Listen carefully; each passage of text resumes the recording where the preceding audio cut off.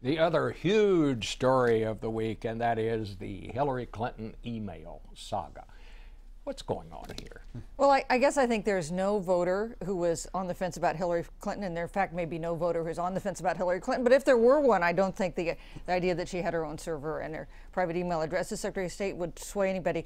But it does make us feel like, welcome to the new Clinton campaign, just like the old Clinton campaign, where we're going to have these kind of pitch battles, scandals, privacy, control, and that is, I think, not good news for Hillary Clinton, who really needs to be talking about the future. What is her vision? What would she do about income inequality? What would she do about Syria?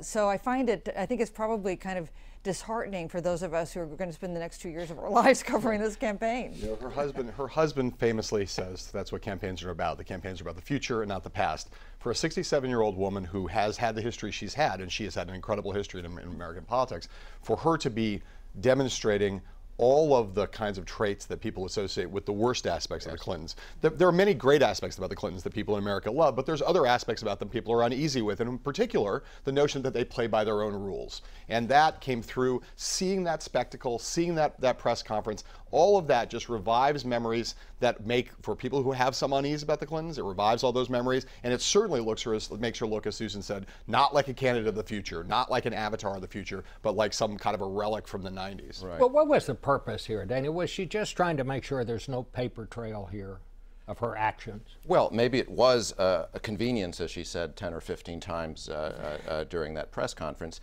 I don't think the particular email thing is a scandal or particularly damaging. It's been the way she's handled it, and that's what's given all of us who have covered these campaigns before some kind of PTSD, seeing this is going on again. Lanny Davis is out defending her on television, and oh my, you know, that not only is the server private, but we've destroyed some of the emails, and it just feels like the Rose Law Firm all over again. And if you want to get rid of this, yeah, it's unfair, the scrutiny, but if you want to get rid of it, you've got to come clean and move on. To be clear, I don't think Americans care about how we react to it, right? That it's not but nice they may for react us. But they react, yeah. Or remember the Rose Law Firm. Yes, for that matter. but it does definitely have that feel. But to Dana's point, though, it may not be a huge scandal, but there has never been another Secretary of State or a Secretary of head of any other government any other government agency we know of that has done what she did, which was proactively at the very beginning decide, I'm going to set up my own parallel information infrastructure in my house, and then after I leave office, I am going to be the sole judge and jury over what I'm going to release,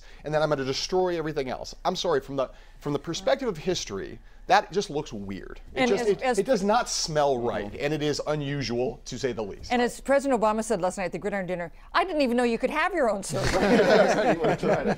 Let's just he said, I thought I was the candidate of the technological future, and here's Hillary way out ahead of me.